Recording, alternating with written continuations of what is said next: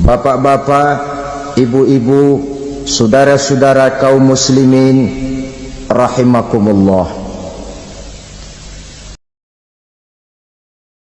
Murai di dahan dan koko ayam di kandang, dunia ini penuh dengan berbagai macam kesibukan. Sejak dari petani yang turun ke ladang, pedagang yang berangkat ke pasar, pelajar yang menuju sekolah, sampai kepada pegawai yang berangkat ke kantor, seluruhnya tidak lain untuk mencari sesuatu yang bernama bahagia. Setiap orang menginginkan kebahagiaan, dan tidak seorang pun menginginkan kesengsaraan dalam kehidupan ini. Namun nyatanya tidak setiap orang yang ingin bahagia mengetahui jalan yang harus ditempuhnya untuk sampai kepada kebahagiaan itu. Maka pada kesempatan pertemuan kali ini, saya ingin menyampaikan sebuah hadis dari junjungan kita baginda Nabi besar Muhammad sallallahu alaihi wasallam yang termuat dalam kitab Mukhtarul Ahadis An-Nabawiyah, di mana beliau bersabda, arba'un min sa'adatil mar'i. Ada 4 perkara yang merupakan tanda dari orang bahagia. Saya mau tanya, di antara saudara-saudara yang hadir di sini, apa ada yang kepengen jadi orang sengsara? Seluruhnya tentu ingin mendapatkan kebahagiaan. Maka menurut resep dari Nabi kita, tanda orang bahagia itu 4. Jadi kalau saudara ingin bahagia, harus mempunyai 4 perkara ini. Yang pertama, orang bahagia itu kata Nabi, darun wasi'un. Punya rumah biar bagus asal gede. Enak ngaturnya, daripada sudah punya rumah kecil adanya di pinggir kali, gubuk, kalau hujan bocor miring lagi, kiamat. Loh, kalau gitu Islam materialis dong. Hadis ini boleh diartikan dengan makna hakiki, arti yang sebenarnya, boleh diartikan dengan makna majazi, arti kiasan. Kalau dia diartikan dengan arti kias, maka yang dimaksud darun wasi'un ay qalbun wasi'un. Rumah yang luas tidak lain daripada hati yang lapang. Karena di situ kunci kebahagiaan yang sebenarnya. Walaupun kita cuma tinggal di petak berukuran 2 kali 3 meter, kalau hati kita luas-luas rasanya rumah itu. Tapi biar rumah kita halamannya saja puluhan ribu hektar, ada kolam renangnya, kamar tidurnya tidak lagi terhitung. Kalau hati yang menempati rumah itu sempit, maka akan terasa sempit jugalah rumah itu. Tempat bergantungnya tidak lain adalah hati. Marilah kita mencoba melihat berbagai pandangan orang tentang bahagia ini. Ada orang menyangka bahwa bahagia itu kalau dia mendapatkan harta yang sebanyak-banyaknya. Siapa yang banyak harta, dialah raja. Apa yang dia mau, seluruhnya bisa dibeli. Keamanannya, dia bisa menyewa petugas. Seluruh fasilitas untuk menyenangkan kehidupannya bisa dibeli. Pendeknya, hartalah segala-galanya dalam kehidupan. Sampai ada pepatah mengatakan, innad darahima fil amakini kulliha taksur rijala mahabatan wa jalala. Sesungguhnya harta, dinar, dirham, uang di mana-mana selalu bikin hebat orang yang memilikinya. Coba lihat, orang yang punya duit sama yang enggak punya duit, jangan gaya hidupnya, gaya jalannya aja lain. Wahia lisanun liman arada fasahatan, wahia silahun liman arada qitala. Uang adalah senjata yang paling ampuh bagi orang yang mau pergi perang, dan lidah yang paling fasih bagi orang yang mau bicara. Kalau bicara dengan lidah macet, cobalah bicara dengan harta, lancar. Sampai ada pepatah demikian, segalanya bisa diatur dengan harta. Maka di kalangan orang yang berpandangan semacam itu, seluruh kegiatan hidupnya hanya terfokus kepada bagaimana mengumpulkan harta yang sebanyak-banyaknya. Tidak peduli halal haram, tidak kenal sore pagi siang dan malam, tidak sempat sujud, jauh dari agama, jauh dari kehidupan yang bersifat ruhaniyah, jauh dari Allah dan sebagainya. Sampai dalam Al-Quran dikelompokkan dalam kelompok yang dinamakan lumazah. Allazi jama'a malahu wa addadah yahsabu anna malahu akhladah. Mereka mengumpul-ngumpulkan harta sebanyak-banyaknya dan menyangka bahwa harta yang banyak itu dapat mengekalkan hidupnya, mengekalkan kekayaannya, mengekalkan kebahagiaannya. Saudara hadirin yang berbahagia, kalau pandangan hidup ini benar, artinya kalau harta memang merupakan satu-satunya hal yang dapat membuat orang bahagia, tentu di rumah mewah tidak akan pernah ada tangis derita. Tentu di satu tempat di mana fasilitas hidup serba menunjang tidak ada yang namanya penderitaan. Tapi suka dan duka, sedih dan gembira, senyum dan tawa adalah milik setiap orang, baik dia punya harta maupun dia tidak punya harta. Nyatalah bahwa harta semata-mata bukan merupakan jaminan bahwa orang akan bahagia, walaupun tanpa harta orang sulit untuk bahagia. Saya mau cerita, ada orang super kaya, namanya Aristotle Onassis, raja tanker Yunani. Dia punya kapal tanker saja konon sampai 11 banyaknya. Punya perusahaan penerbangan yang disebut Olympic Airlines. Punya hotel di berbagai kota besar di dunia ini, sejak dari New York, London, Paris, Rome dan sebagainya. Bahkan punya pulau yang dia namakan Pulau Scorpio. Ini kan namanya sudah kaya nggak tanggung-tanggung, punya pulau. Nah, dia punya 2 orang anak, yang satu laki-laki namanya Alexander, yang satu perempuan namanya Maria Onassis. Seluruh harapannya tertumpah kepada anak lakinya Alexander ini, yang akan meneruskan usahanya, meneruskan kekayaannya, meneruskan dinastinya. Apa yang terjadi? Ternyata anak yang dia harapkan yang bernama Alexander ini mati muda dalam kecelakaan pada waktu dia olahraga. Apa olahraganya? Namanya olahraga anak orang kaya, golongan jet set. Olahraganya olahraga pesawat terbang. Jatuh, ya nggak kapungut, habis mati. Tinggal satu anak perempuannya, Maria Onassis.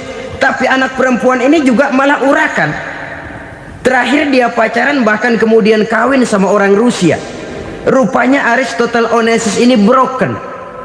Kekayaannya yang berlimpah ruah, perusahaannya yang begitu banyak, siapa yang akan meneruskan?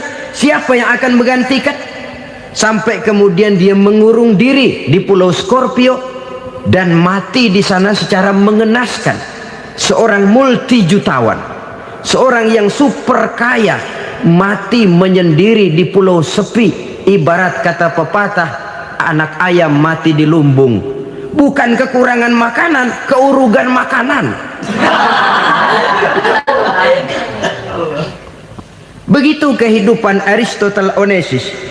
Dan banyak orang-orang yang sudah demikian kaya sampai dibingungkan oleh kekayaannya sendiri. Telusurilah kehidupan David Rockefeller misalnya, Henry Ford misalnya, Adnan Khashoggi misalnya. Multi jutawan yang kadang-kadang dibuat keder oleh kekayaannya sendiri. Pantas ketika Imam Ali ditawarkan orang, "Ya Ali, kalau kepadamu disuruh pilih ilmu atau harta, kau pilih mana?" Ya jelas pilih ilmu dong. Kenapa? Pertama, ilmu kalau kita berikan kepada orang lain tambah. Tapi harta kalau kita berikan kepada orang lain kurang. Saudara punya uang 10.000, dibagi orang 5.000, jelas uang saudara berkurang.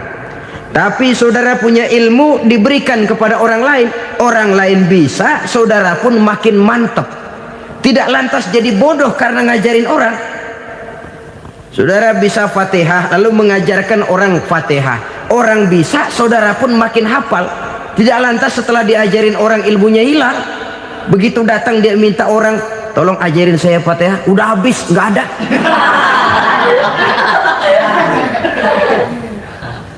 Yang kedua kata Imam Ali, ilmu menjaga kita.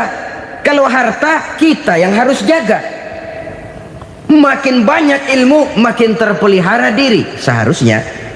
Tetapi makin banyak harta, makin bingung kita jaganya. Sampai kadang-kadang kalau perlu seluruh keliling rumah dipasangi alarm. Belum cukup disewakan anjing besar-besar, pasang di depan pintu, awas anjing galak. Masih belum cukup juga, cari centeng tukang-tukang kepruk jaga rumah. Masih terasa belum aman, padahal rumahnya dikelilingi tembok besar. Di balik tembok ada pintu-pintunya tebal. Di balik pintu itu terbuka masuk kamar, kamar pun ada pintunya, pintunya pun kuat. Masuk ke dalam kamar ada lemari, lemarinya pun pintunya kuat, dikunci, kuncinya pun kuat. Tapi terhadap seluruhnya yang timbul cuma sekedar was-was saja. Kesimpulannya sekali lagi, tanpa harta orang memang sulit untuk bahagia. Tapi harta semata-mata tidak merupakan jaminan orang akan bahagia. Dengan hati yang luas, itu modal utama untuk mencapai kebahagiaan hidup. Orang yang hatinya luas, saudara-saudara, punya hati yang lapang, melihat kenyataan hidup ini, dia bersyukur senantiasa kepada Allah. Lantas tidak timbul hasud dan iri hatinya. Oleh karena itu jiwanya selalu lapang. Kalau tidak, cupik hati namanya, dangkal pandangan, tidak senang melihat orang lain dapat nikmat, dan itu sering dijadikan contoh. Kalau orang yang lapang dada, dia lihat tetangganya beli TV baru, dia berkata, alhamdulillah ya, tetangga kita beli TV, mudah-mudahan kita bisa ikut nonton. Lapang dadanya. Tapi orang yang sempit hati, lihat tetangga beli televisi, meriang. Enggak diapa-apain, meriang. Besoknya dengar tetangga beli motor, makin sakit, ke rumah sakit.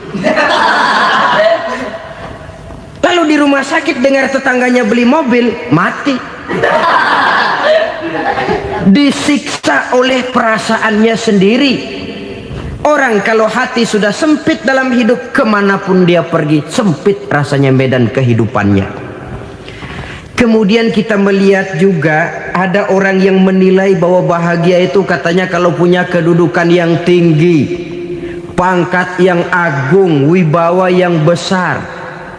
Mungkin betul, tapi mungkin juga tidak. Bergantung kepada hati orang yang punya pangkat itu. Sama dengan harta tadi. Harta akan membawa bahagia kalau dia jatuh ke tangan orang yang berhati lapang. Tapi harta akan jadi bencana kalau jatuh ke tangan hati orang yang sempit. Pangkat akan membawa bahaya kalau jatuh di tangan hati orang yang sempit. Lebih dari itu, kenyataan mengajarkan kepada kita bahwa ternyata pangkat dan jabatan tidak selamanya memberikan kebahagiaan dalam kehidupan. Bahkan resikonya kelewat besar. Beberapa bukti kita bisa ambil dari para pemimpin dunia yang menjadi korban lantaran pangkat dan jabatan yang disandangnya. Saudara ingat Presiden Abraham Lincoln dan John Kennedy dari Amerika? Dibunuh orang. Park Chung-hee dari Korea Selatan, Ziaur Rahman dari Bangladesh, Anwar Sadat dari Mesir, terakhir Indira Gandhi dari India, menjadi korban dari pangkat dan jabatan yang disandangnya dari orang-orang yang tidak senang dia memegang jabatan itu. Dia akan mudah mengundang bencana. Sehingga pantas kalau seorang presiden terkemuka Amerika, Harry Truman namanya, dia mengatakan jabatan presiden itu, kata dia, seperti orang nunggang macan, naik macan. Harus kita taiki, kalau enggak dia bakal nerekam kita, ngeri katanya. Adapun orang yang hatinya lapang, kalau dia menerima pangkat dan jabatan, dianggapnya itu satu kesempatan untuk berbuat baik. Tapi orang yang berhati sempit, menerima pangkat dan jabatan, bukan kadang-kadang menerima, malah berusaha setengah mati mencapai dengan segala cara. Kalau perlu jilat atas, jilat atas. Jadi golongan sumuhun dawu. Jadi kelompok kulon nuwun, yes sir, yang kerjanya cuma oke bos. Kalau perlu jilat atas, jilat atas. Kalau perlu injak yang bawah, injak yang bawah. Perlu sikut kiri kanan, sikut kiri kanan. Yang penting pangkat dapat, jabatan dapat. Orang yang semacam ini, kalau sudah mempunyai pangkat dan jabatan, biasanya dia tidak menganggap itu sebagai amanah, tidak menganggap sebagai kesempatan berbuat baik, tapi malah kesempatan untuk memperturutkan hawa nafsunya yang dilatar belakangi oleh kesempitan hatinya tadi. Apalagi kalau orang memperoleh pangkat karena banyak mengeluarkan uang, seakan-akan pangkat dan jabatan itu sekarang macam proyek, pakai tender. Siapa yang berani bayar segini naik, nggak berani minggir. Padahal logikanya, kalau orang mencapai satu jabatan karena banyak mengeluarkan uang, hampir bisa dipastikan bahwa setelah jabatan itu dia pegang, langkah pertama yang akan dilakukannya ialah berusaha bagaimana uang yang dia keluarkan supaya kembali. Ya paling kurang pulang modal dulu dong. Soal mikirin rakyat soal nanti, tapi ini modal harus pulang. Itu celakanya kalau orang memperoleh pangkat dan jabatan cuma karena banyak mengeluarkan uang. Jarang orang yang mempunyai keyakinan dan pandangan bahwa pangkat dan jabatan merupakan amanah. Jadi sekali lagi, pangkat dan jabatan mungkin saja membawa kebahagiaan kalau jatuh ke tangan orang yang berhati lapang, tapi bisa jadi bencana kalau dia jatuh ke tangan orang yang mempunyai hati yang sempit. Dan lagi-lagi stresnya hati yang lapang. Lalu sebagian orang, saudara, ada yang berpandangan katanya bahagia itu kalau jadi orang terkenal, mempunyai popularitas, menjadi idola di kalangan remaja, di kalangan orang tua, di segala lapisan masyarakat. Padahal makin populer orang, makin terikat dia. Ya kalau macam kita ini kan nggak punya nama, nggak populer, tengah malam buta mau nongkrong di warung Tegal aman. Tapi pangkat, jabatan, kedudukan, popularitas menyebabkan kita diikat dengan berbagai macam peraturan. Cuma mandi sama ke WC saja yang nggak dikawal.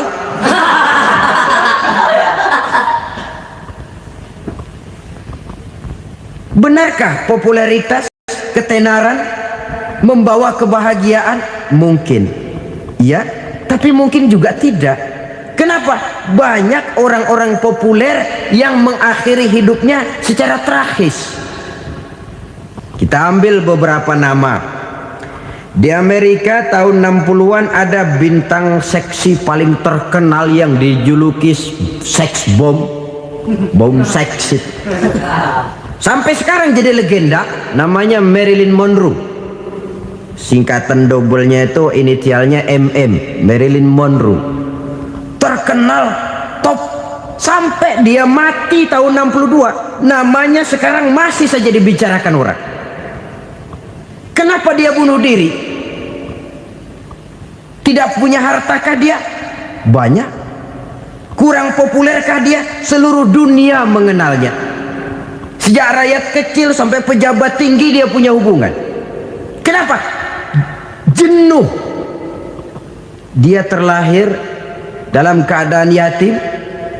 Setelah itu tidak lama dia berangkat remaja, ibunya meninggal, pindah dari wanita asuh ke wanita asuh sampai 12 orang ibu angkatnya. Dan kekecewaan yang paling parah, setiap laki-laki yang dekat dengannya hanya seperti kapal berlabuh, datang dan pergi silih berganti. Padahal dia merindukan seseorang yang bisa melindungi hidupnya. Dia rindukan itu dan dia tidak pernah menemukan. Itu yang akhirnya menyebabkan dia minum pil tidur kelewat dosis, minum obat tidur kebanyakan, ya tidur terus sampai sekarang.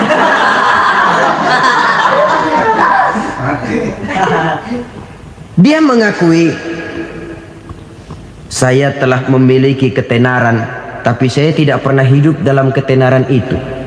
Saya pandai main sandiwara, tapi saya ingin hidup dalam alam yang real sebagaimana umumnya orang. Itu yang dia rindukan. Menyusul jejak yang namanya Marilyn Monroe ini, Billie Holiday, saudara kenal tentu, di rumah sakit dirawat.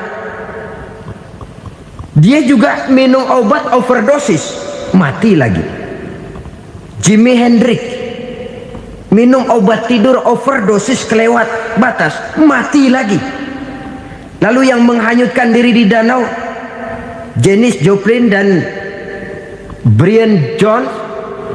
Ini orang-orang populer, orang-orang terkemuka yang mengakhiri hidup secara tragis, bukan karena tidak terkenal, mungkin karena sudah saking terkenalnya. Contoh paling belakangan, Bruce Lee. Wah, ini tukang-tukang keprok tentu kenal siapa dia. Sampai sekarang pun tabir kematiannya masih merupakan misteri. Dan yang masih hidup juga menunjukkan gejala yang aneh. Michael Jackson, rumahnya di Beverly Hills itu dijaga sedemikian rupa, dan dia selalu curiga kepada setiap makanan harus steril, bersih dari segala macam kimia. Kemana dia pergi, itu tukang-tukang keprok sudah selalu menjaga dan mengawal, dan dia seakan takut menunjukkan mukanya yang asli. Hingga kalau tampil ke tengah di luar show, dia kadang memakai pakaian yang tidak menunjukkan dia yang sebenarnya, takut dikenali orang. Ternyata popularitas sering jadi momok yang meracuni kehidupan manusia. Oleh karena itu, benarlah junjungan kita pada saat beliau mengajarkan orang akan bahagia kalau dia mempunyai hati yang lapang. Nah, sekarang masalahnya untuk mendapatkan hati yang lapang, caranya bagaimana? Kita kembali kepada konsep Quran. Allah mengajarkan, ala inna bi dzikrillahi tatmainnul qulub. Ketahuilah bahwa dengan banyak mengingat Allah, hati akan tenang, jiwa akan lapang. Dengan kata lain, dekat dengan agama, merasakan kehadiran Allah dekat dalam hidup, itu muara pertama untuk mencapai hati yang lapang. Ala inna bi dzikrillahi tatmainnul qulub. Jangan macam orang sekarang ingin mendapatkan ketenangan lalu tapak di puncak gunung, di gua-gua, di tempat sepi. Iyalah kalau nggak ada ular. Kalau tergigit ular berbisa, ketenangan belum, mati jelas itu. Islam positif untuk mendapatkan ketenangan. Ala inna bi dzikrillahi tatmainnul qulubi. Bahwa ketahuilah bahwa dengan banyak mengingat Allah, hati akan tenang, jiwa akan lapang, nuansa pikiran akan luas. Karena yang namanya bahagia ada dimanapun manusia berada. Di kampung ada bahagia, di kota ada bahagia, di ngarai, di lembah, di gunung, di hutan, di lautan, di angkasa luar, dimanapun bahagia itu ada kalau kita bermodalkan hati yang lapang ini. Dan hati akan lapang kalau kita dekat dengan agama. Dekat dengan harta buat sementara hati mungkin tenang, tapi ketenangan yang relatif dan temporer. Apalagi orang tiap kali tambah harta, tiap kali tambah rencana, itu wajar. Mungkin sebelumnya saudara berpikir, kalau punya duit 5.000 enak nih. Begitu punya duit 5.000, aduh sayang kalau 10.000 aja. Tiap kali tambah harta, tiap kali lain rencana. Makin banyak rencana, makin menjauhkan kita dari yang namanya ketenangan. Padahal ketenangan merupakan unsur utama untuk mencapai bahagia. Dan ketenangan itu bermuara dalam hati manusia. Tengoklah kehidupan ini. Orang yang banyak harta dengan orang miskin, berbedakah rasa sakit yang mereka tanggungkan? Rasanya tidak. Walaupun si kaya tidur di kasur empuk berselimutkan sutra mahal, sementara si miskin meringkuk di balai bambu yang keras dan kasar. Apabila maut datang, dia juga tidak pernah pilih bulu. Maut datang menjemput si kaya di singgasana keemasannya, dikelilingi oleh para pengasuh, dayang dan inang serta para pengawal. Dan maut pun datang menjemput si miskin papa, sehingga ia tergelepar di tepian jalan. Kedua-duanya bernama mati. Kalau nyata bahwa sakit yang ditanggung si kaya tidak beda dengan sakit yang ditanggung si miskin, bukan harta semata yang membuat orang bahagia. Hati yang tenang, jiwa yang lapang penuh kedamaian, karena banyak berzikir dan mengingat Allah, itu merupakan modal utama untuk mencapai sesuatu yang bernama bahagia.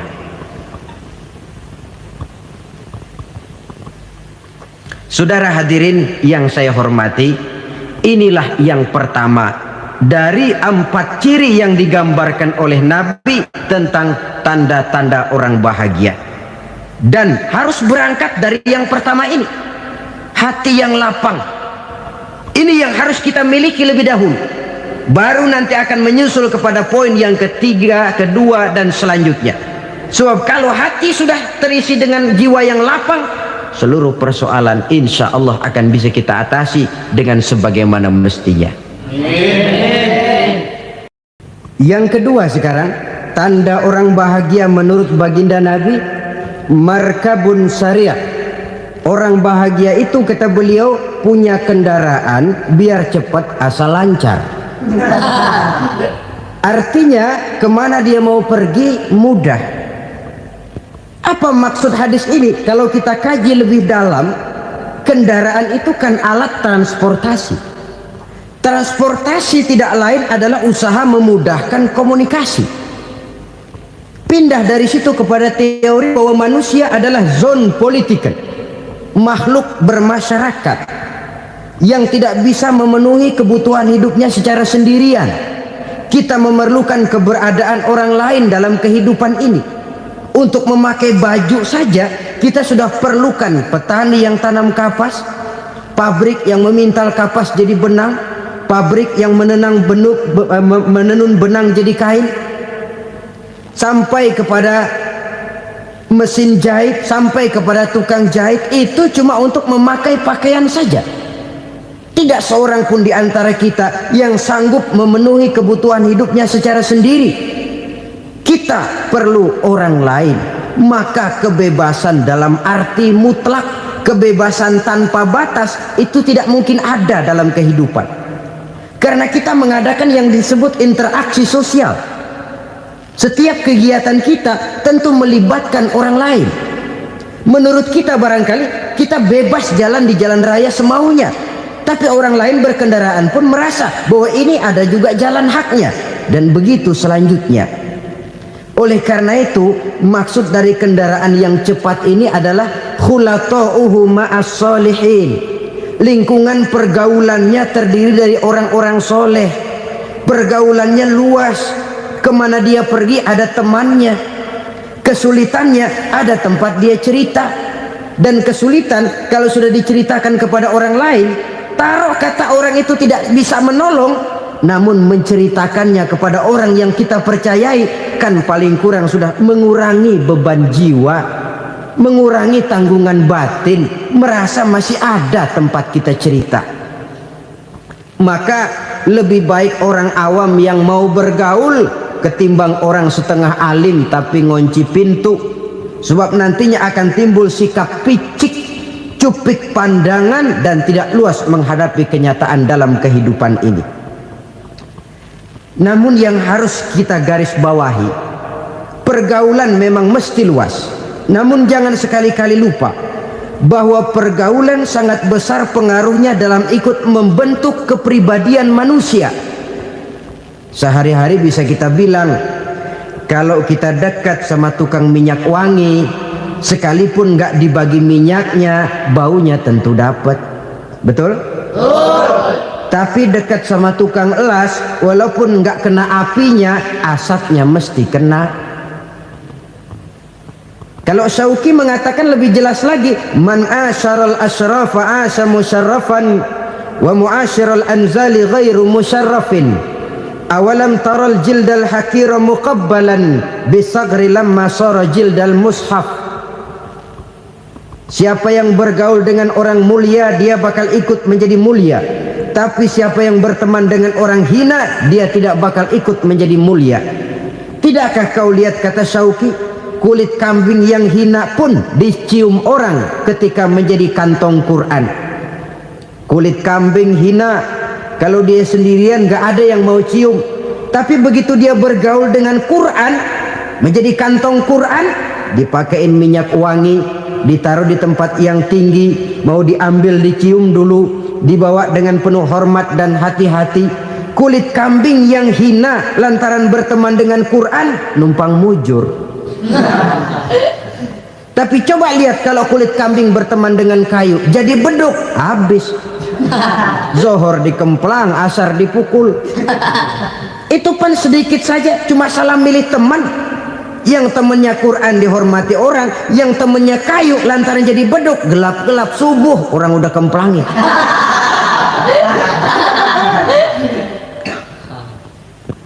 Maka terutama kepada adik-adik remaja yang masih mencari identitas diri, yang ibarat kaset masih kaset kosong, mudah diisi oleh apapun, pandai-pandailah memilih teman dalam bergaul. Karena banyak orang yang tadinya baik-baik, ketika terseret dalam pergaulan dengan orang yang tidak baik, kebaikannya menjadi lentur dan luntur. Tapi berapa banyak bajingan-bajingan tengik, orang-orang yang berlumur noda dan dosa, tiap hari melakukan maksiat, namun bergaul dengan orang yang baik-baik, pada akhirnya sedikit demi sedikit beringsut dan berangsur dia terbiasa mengikuti kebaikan-kebaikan. Saya tekankan ini kepada remaja karena mereka masih mencari identitas diri. Apa yang mereka lihat mereka mau, apa yang mereka dengar mereka ingin tahu. Coba lihat kehidupan remaja. Pulang nonton film Rambo, pengen jadi Rambo, gagah, maunya belekai melulu. Pulang nonton film Superman, pengen bisa terbang. Pulang nonton India, nyanyi melulu. Wajar, mereka masih mencari identitas diri. Saya ini sebenarnya siapa? Lingkungan, pergaulan akan membentuk itu. Karena itu pandai-pandailah bergaul, karena ia sangat besar pengaruhnya dalam ikut membentuk kepribadian manusia. Apalagi sifat yang jelek lebih cepat menularnya ketimbang sifat yang baik. Sifat yang baik, watak yang soleh itu lambat sekali untuk menular. Tapi yang tidak baik, kan prosesnya mah kalau remaja biasanya mula-mula dengar. Karena dengar lalu pengen tahu. Karena pengen tahu lalu ngeliatin. Begitu ngeliatin kan pengen nyobain. Setelah nyobain ketagihan. Nah, ini prosesnya. Yang namanya ganja, morfin, narkotik awalnya kan begitu. Mula-mula dengar katanya kalau sudah fly to the sky, sudah melayang ke langit katanya, disitulah puncak kebahagiaan. Mulanya cuma dengar. Karena dengar pengen tahu. Karena pengen tahu lalu ngeliat, kumpul sama orang yang suka ngeganja. Setelah ngeliat, nah pengen ngerasain. Begitu ngerasain enak juga, ketagihan. Kalau sudah ketagihan jadi penyakit kronis, bisa merembet kepada yang lain. Iya, kalau orang tuanya mampu untuk beli morfin, beli ganja. Kalau tidak kan pikirannya ngayap, jemuran siapa ya gue sahabat.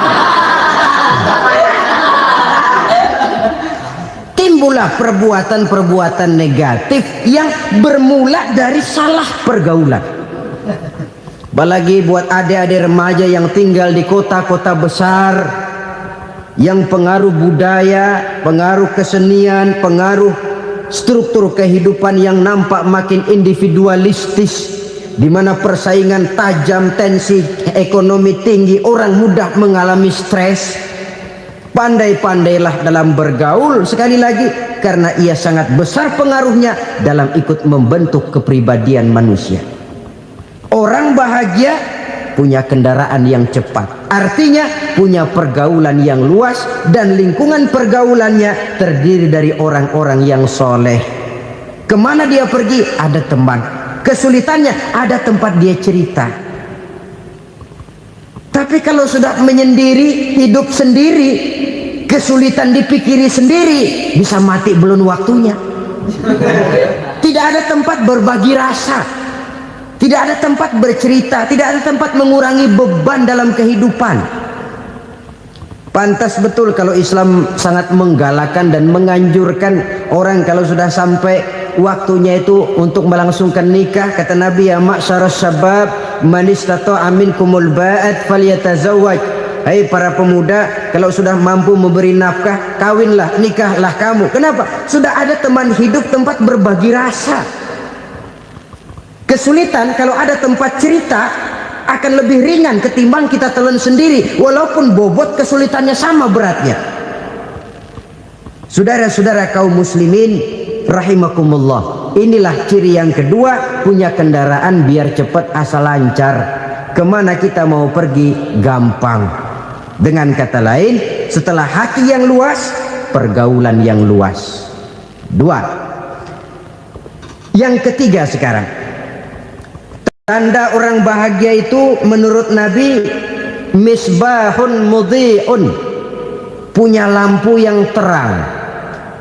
Oh, itu enggak problem. Sekarang sudah zamannya listrik masuk desa, Pak. Lampu sudah terang semua. Betul, kalau itu yang dimaksud. Tapi tidak cuma itu.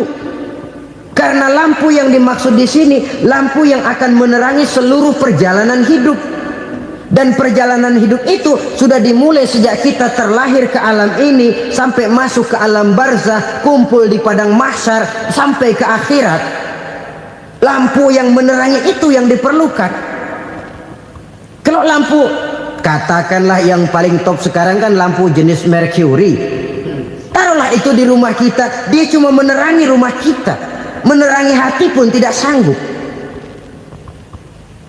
Bila kita masuk ke alam barzah, alam kubur, sanggupkah si Mercury yang begitu terang menerangi alam barzah kita? Tidak sanggup lagi. Sanggupkah lampu yang ratusan watt, bahkan puluhan ribu watt menerangi kehidupan di padang mahsyar? Tidak akan sanggup lagi. Kalau demikian, yang dimaksud lampu yang terang di sini apa? Tidak lain amal soleh, kebajikan yang kita lakukan dalam hidup. Itu yang akan jadi lampu penerang.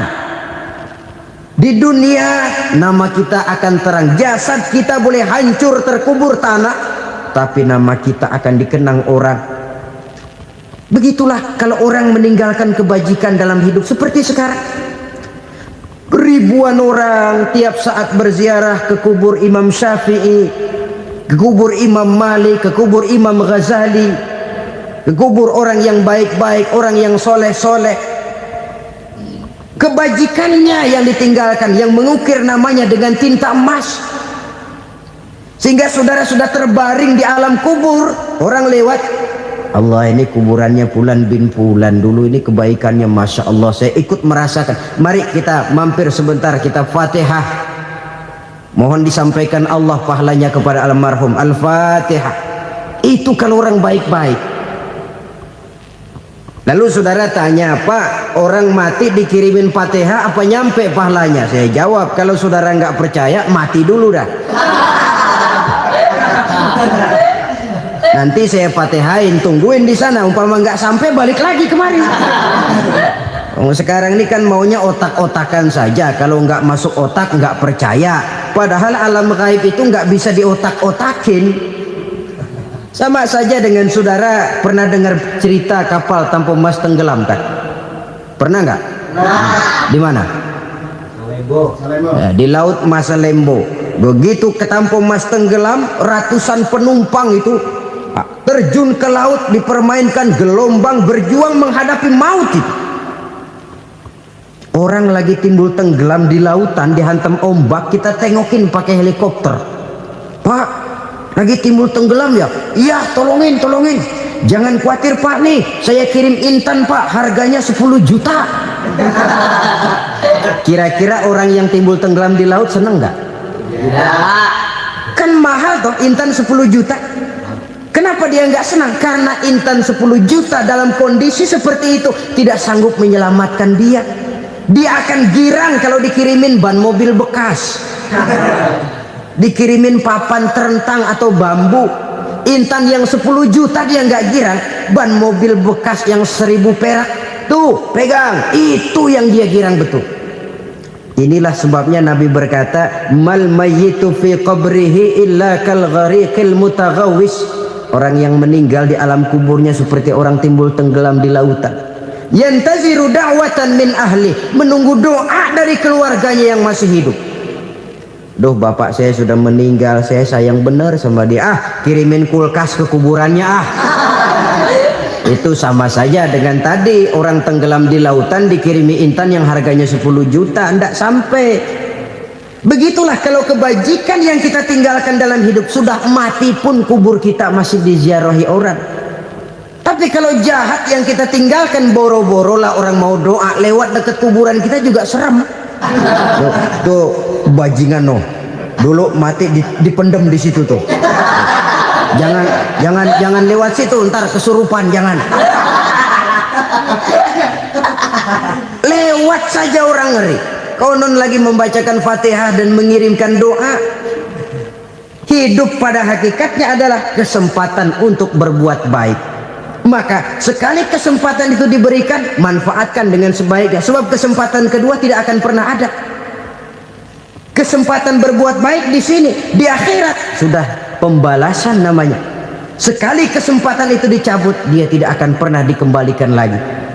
Kata Iqbal, hidup tidak mundur ke belakang, Bung. Berhenti diinjak orang, mundur hancur. Tidak ada kata mundur dalam hidup ini. Berhenti diinjak orang, mundur kecebur. Tidak ada kata lain, harus maju dalam kehidupan dalam artian yang positif. Hidup adalah kesempatan untuk mengumpulkan kebajikan yang sebanyak-banyaknya.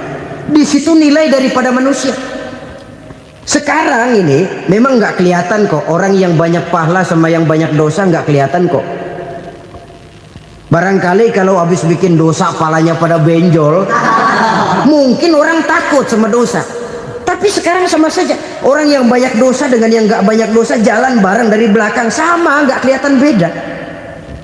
Tapi ada waktunya di mana pahala memegang peranan, di mana dosa diperlihatkan.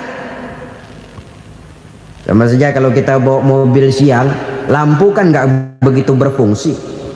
Apa lalu bilang, alah ini lampu berat-beratin, copot-copotin aja dah. Tidak perlu begitu. Kenapa? Pada suatu saat malam senja akan datang. Bila matahari terbenam, senja pun datang, gelap mulai merayap, disitulah baru terasa perlunya lampu. Pahala begitu. Sekarang orang yang nggak ada pahalanya nggak kelihatan dalam kehidupan. Tapi pada suatu saat senja kehidupan akan datang. Ajal merenggut nyawa, malam merayap, dan hidup mulai diliputi kegelapan di alam barzah. Dikala itu kalau nggak punya lampu, alangkah malangnya kita. Sebab amal yang baik, kata Nabi, di alam barzah itu akan diciptakan menjadi perempuan yang cantik menemani kita. Amal yang jahat akan menjadi orang yang paling jelek nemenin kita. Udah di tempat gelap yang nemenin jelek.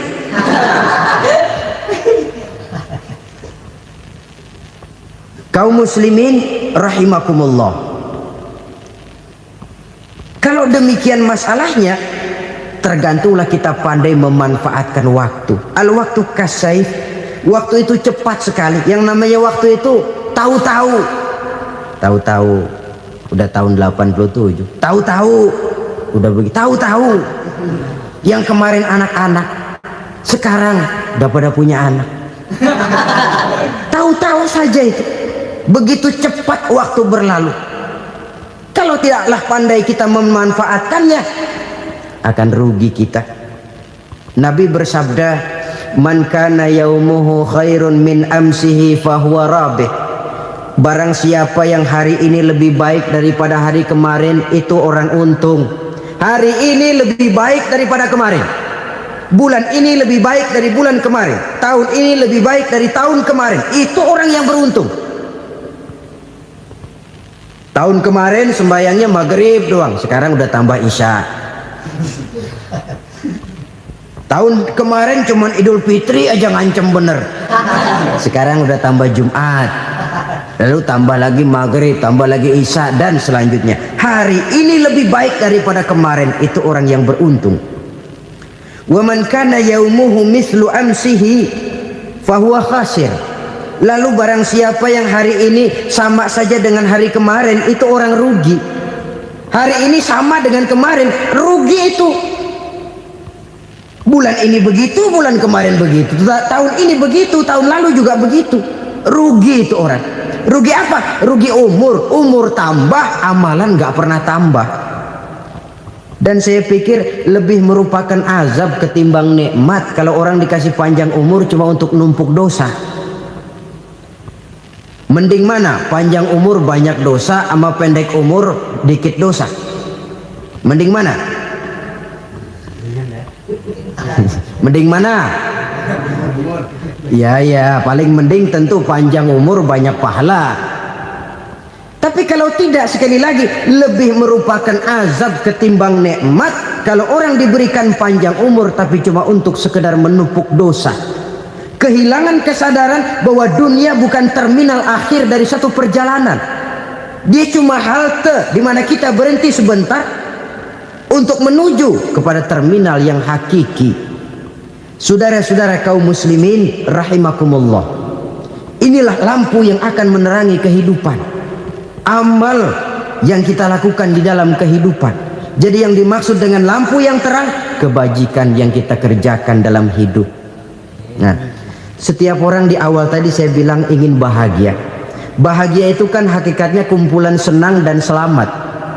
Senang, selamat. Apa bedanya? Senang tapi tidak selamat, nggak bahagia. Selamat tapi nggak senang, nggak bahagia orang. Contoh, kalau orang korupsi, duitnya banyak, senang dia, tapi keselamatannya. Ada tentara baris di samping rumahnya udah bingung, padahal tentara latihan. Tentara cuma latihan, dia bingung. Senang, tapi karena keselamatannya tidak terjamin, dia tidak bahagia. Sebaliknya pegawai negeri jujur benar, cuma segaji-gajinya, selamat nggak korupsi tapi melarat, ya nggak bahagia juga, kurang senang. Kesenangan dan keselamatan untuk dunia saja, ya sekali lagi, kalau cuma sekedar untuk dunia saja, bisa dibeli pakai uang, bisa dibeli pakai uang. Saudara ingin selamat, bisa dibeli pakai uang. Saudara ingin senang, bisa dibeli dengan uang. Tapi setelah mati masuk ke alam barzah, habis kekuasaan uang. Nggak bisa lagi beli keselamatan pakai uang, tidak mungkin lagi membeli kesenangan dengan uang. Di situ pahala yang megang peranan. Makin banyak pahala, makin banyak saham untuk membeli kesenangan dan keselamatan, untuk memperoleh yang namanya bahagia. Dan jangan lupa loh, di alam barzah kita nggak sebentar, menunggu datangnya kiamat. Loh iya, kalau kita begitu dikuburin terus kiamat datang, untung. Tapi kalau masih harus 1000, 2000, puluhan ribu tahun yang akan datang, dalam satu penantian yang begitu lama, tanpa saham untuk memperoleh kebahagiaan, satu kemalangan yang tidak ada pernah putus-putusnya.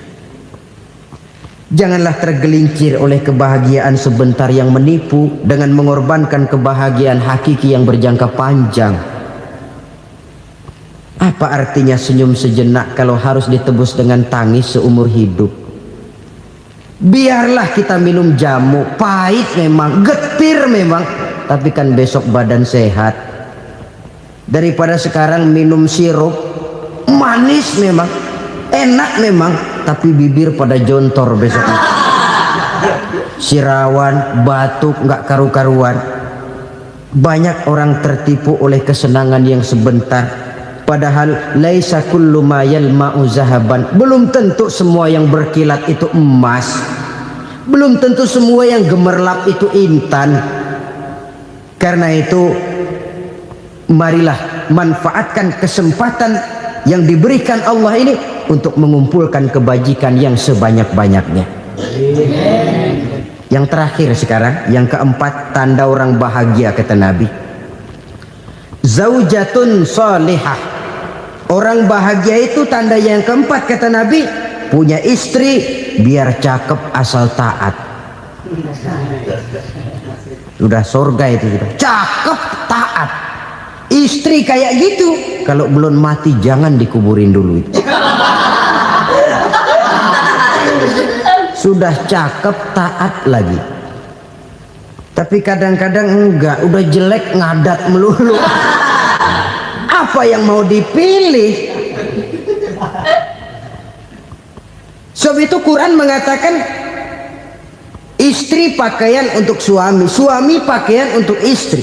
Kenapa suami istri diibaratkan pakaian? Alangkah tingginya gaya bahasa Quran ini. Suami istri teman hidup, hidup perjalanan panjang. Sejak kita dalam rahim sudah ada hidup kan di sini. Sampai ke alam dunia, masuk ke alam barzah, kumpul di padang mahsyar, sampai menuju akhirat, itu perjalanan hidup. Carilah istri atau suami teman hidup yang membawa manfaat tidak hanya kehidupan di dunia ini, sampai di alam barzah, sampai di padang mahsyar. Suaminya mungkin meninggal lebih dulu, atau istrinya mungkin meninggal lebih dulu, tapi suami atau istri yang masih hidup berbuat kebajikan.